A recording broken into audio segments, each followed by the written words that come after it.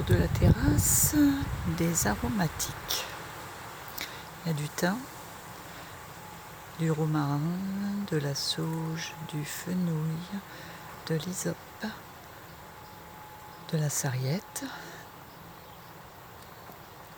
et j'en oublie. Et de la menthe, de la mélisse, bien sûr, du géranium odorant contre les moustiques, et un mélange de fleurs.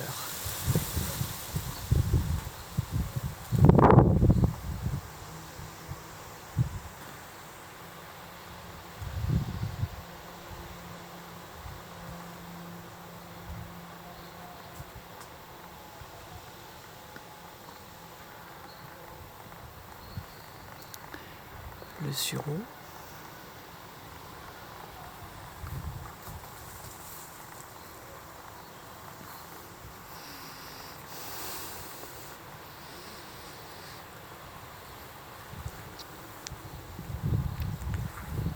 alors ici c'est la bande fleurie où il y a un vrai mélange de tout un tas de fleurs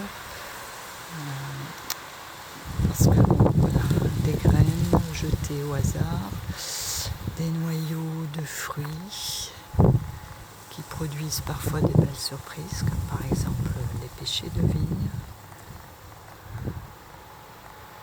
le budellia, un autre sureau, du thym, et même dans le fond, un pommier qui a poussé tout seul et qui devrait donner les premières pommes à l'automne. Le fond du jardin, c'est encore une bande fleurie cachée le bas de la haie que je trouve très moche, voilà, mais que je peux pas enlever, c'est pas à moi. Ça c'est de la bourrache. Et la bourrache est très intéressante à plus d'un titre. Elle attire les pollinisateurs. Il y en a plein en ce moment. Et en même temps, quand elle sera fanée, je la coupe et je m'en sers comme paillage. En même temps, ça enrichit le sol. Ça, c'est la butte de culture. Alors évidemment, on n'en voit que la moitié parce que la bourrache prend une grande partie pour l'instant. Et j'y ai mis des pommes de terre. Je vais bientôt récolter des pommes de terre nouvelles. Un régal. Ici, on arrive au coin.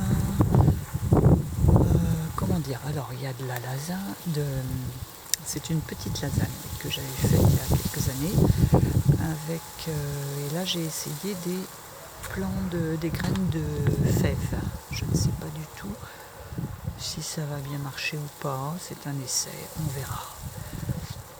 Ensuite, par derrière, là c'est le top, ce sont des artichauts, des plants dont je divise les œilletons chaque année pour en donner, parce que ça produit bien. Ici, il y a la tanésie qui pousse au pied du bouleau dans lequel il y a un nichoir à mésanges. Après on arrive au bac. Alors là il n'y a rien d'intéressant pour l'instant, mais ici je compte mettre bientôt des plants. Je ne sais pas encore trop lesquels. Ici il y aura des plants il y a déjà des graines d'haricots et des radis. Et puis les 3 salades rescapées sur les 12 que j'avais installées. Parce que bon, les limaces et les escargots sont passés par là. D'ailleurs, je pense que je ne recommencerai pas de sitôt une plantation de salade. C'est un peu compliqué à cause de ça. Ici, c'est ce qui reste des pissenlits. C'était très bien pour les salades.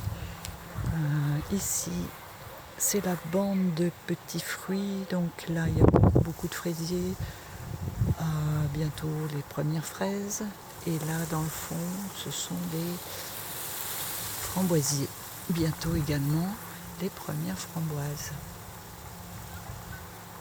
Bon, ici, c'est un peu le coin fouillis, mais c'est bien d'avoir un coin fouillis dans un jardin pour attirer les pollinisateurs, la biodiversité en général. Là, il y aura aussi des plantes, je pense, des courgettes. Et tout au fond là-bas, il y a un troisième bac de cette année où je mettrai mes tomates.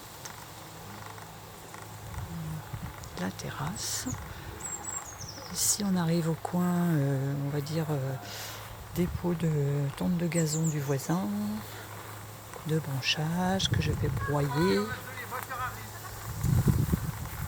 Et ici, on arrive au petit coin, un peu fouillis aussi, où il y a donc des petits arbustes qui cachent cette partie-là.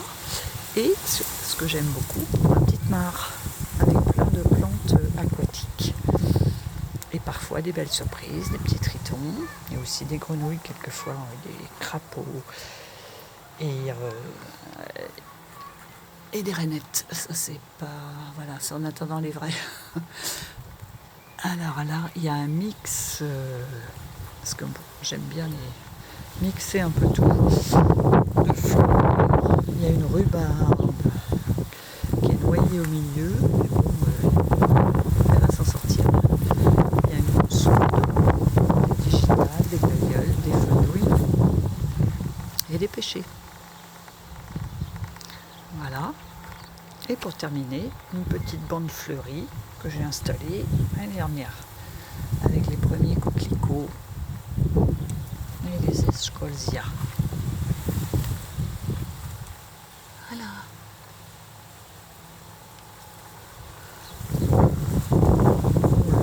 Le coin compost qui n'est pas joli mais très utile.